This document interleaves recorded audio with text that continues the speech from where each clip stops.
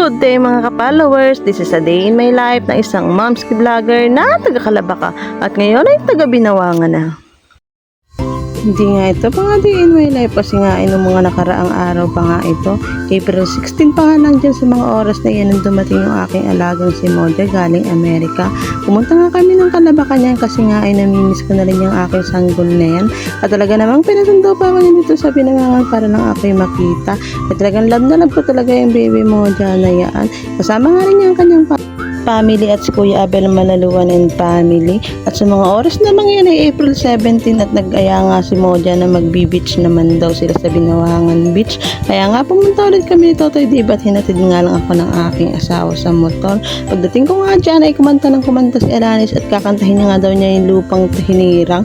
At ang kanta niya nga Lupang Hinirang ay ginawa niyang Lupang Tahimik. Tawanan nga kami ng tawanan sa mga oras na yan kasi talaga namang ang kulit-kulit nitong baby Alanis na ito.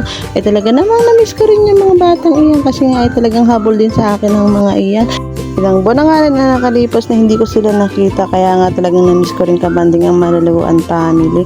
At talaga namang sulit ang mga oras na iyan kasi nga talaga ay may mga pa-birthday din silang binigay sa akin. Maraming salamat nga po pala. At sa mga oras naman iyan ay pinaglalaro naman namin si Alanis kasi nga ikakanta daw siya ng Lupang Payapa at Lupang Tahimik. At tawa nga kami ng tawa sa mga oras na iyan kasi nga kung saan na nakakarating ang kanta ni Alanis. At talaga namang napakabipo ng mga bata na iyan. At tinanong ko nga siya kung sino nagturo sa kanya ay si teacher nga daw niya.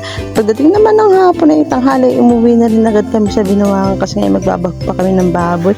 Pagdating nga namin ay nagluto kami ng ampalayang les at talaga ang sarap ng kain namin. Yun lang muna for today's video. Thank you for watching. Bye!